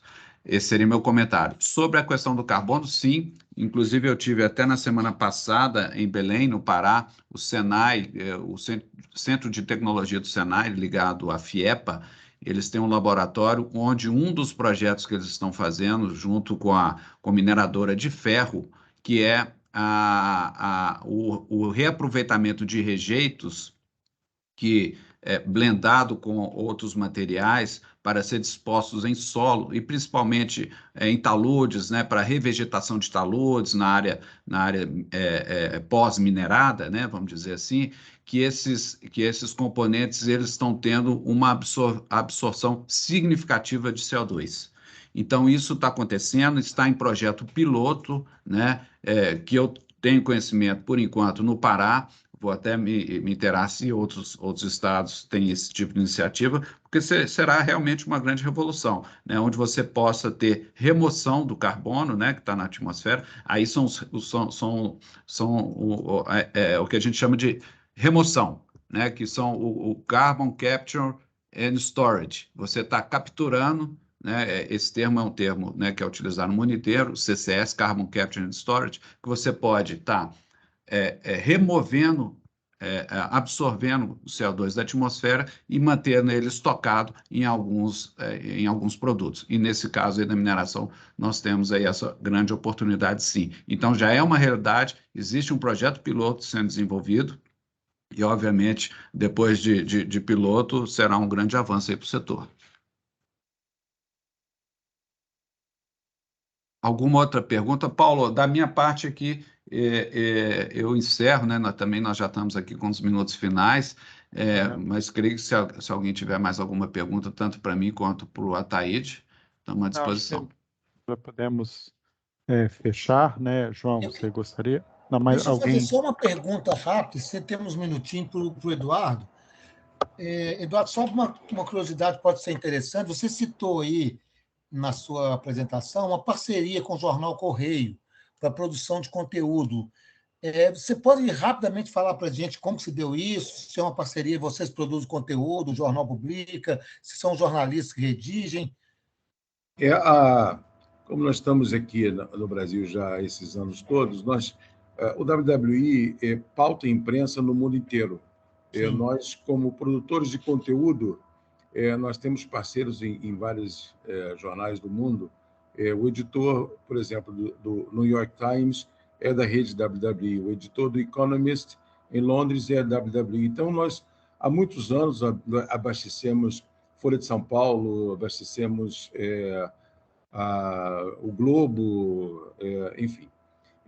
Com uma reserva, o WWI não faz marketing, nós somos instituto de pesquisa, nós fazemos questão de não aparecer, nós publicamos nossas informações e soltamos para abastecer os jornalistas com informações. Há cerca de 6, 7 anos atrás, fomos convidados por esse jornal, o Jornal Correio, e temos interesse em jornais locais, a construir um canal de comunicação com a sociedade, e nós aceitamos, desde que algumas regras editoriais fossem estabelecidas.